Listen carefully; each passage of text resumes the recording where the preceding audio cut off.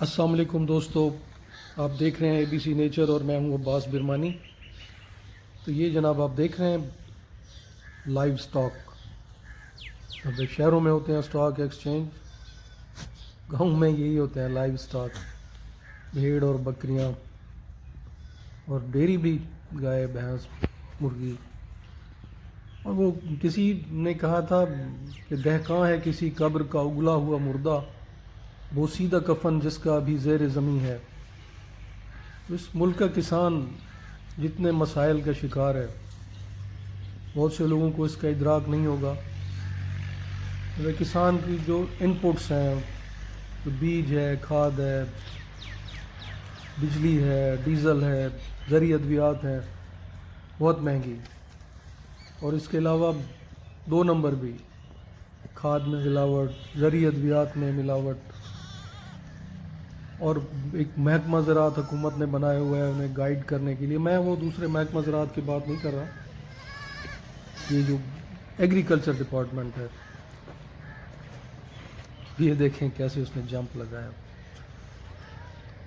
چڑھنے کی کوشش کی ہے، گر گیا لیکن باز نہیں آیا، اس طرف سے پھر اوپر چڑھ گیا۔ ہاں، بڑا فاتحانہ انداز میں پھر نیچے اترا۔ ہاں، تو وہ میں کہہ رہا تھا، تو نہ وہ کوئی رہنمائی کرتے ہیں، نہ کوئی مدد کرتے ہیں۔ اور پھر یہ ایک ظلم یہ ہے کہ انہیں اس کے آؤٹ پٹ، اس کی جو ییلڈ ہے، اس کی جو پیداوار ہے، اس کے بھی اسے ریٹ نہیں ملتے صحیح۔ نہ اسے گندم کا صحیح ریٹ ملتا ہے، نہ اسے کپاس کا ملتا ہے۔ کپاس کو تو بس ایسے ہی مافیا نے مل کے تباہ کر دیا نا، اب تو کاٹن کی تو بات ہی نہ پوچھیں، وہ تو تباہ ہو گئی ہے۔ اور اس کی جگہ جو لوگوں نے جو متبادل فصلیں، جو دھان اور تل وغیرہ کاشت کرنا شروع کیا، اب ان کے ساتھ بھی یا ان کو بیماری لگ رہی ہے، اور یا ان کی پیداوار کم ہے کیونکہ بیج صحیح نہیں تھے۔ تو یہ کہ اس کے باوجود اگر اس کسان نے اس 22 کروڑ لوگوں کے ملک کو قحط سے بچایا ہوا ہے، اس نے اپنی سی محنت سے بچایا ہوا ہے۔ اس نے وہ بکریاں پالتا ہے، وہ گائیں پالتا ہے، وہ مرغیاں پالتا ہے، وہ ملک کو خوراک مہیا کرتا ہے۔ اور اس کا نقصان ہوتا ہے فصلوں میں، جو اسے گندم میں نقصان ہوتا ہے، جب کاٹن میں، پھر وہ بیچارہ ایک دو بکریاں بیچ کے، ایک مویشی بیچ کے پھر نئی فصل کاشت کرنا شروع کر دیتا ہے، ورنہ وہ فصل کاشت کرنے کے قابل ہی نہ ہوتا۔ اور انڈسٹریلسٹ کو اگر قرضہ 2 سے 4% پہ ملتا ہے، تو کاشتکار کو 18 سے 20% پہ غریب ترقیاتی بینک دے رہے ہوتے ہیں۔ اتنا بڑا ظلم ہو رہا ہے کاشتکار کے ساتھ۔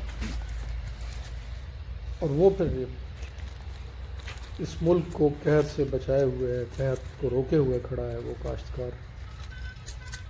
تو یہ جناب ہیں لیلے لیمبس، لیمب نہیں تو کہتے ہیں وہ کڈز بکری کے، لیمب شاید بھیڑ کے ہوتے ہیں، وہ جو میری ہیڈ اے لٹل لیمب۔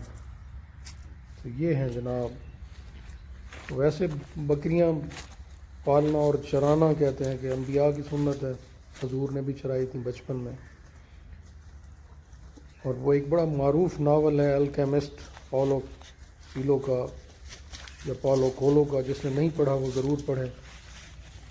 اور اس کا بھی ہیرو ایک گڈریا، ایک چوپان، اور وہ گڈریا ایک اشفاق احمد کے لیے ایک ناولٹ ہے۔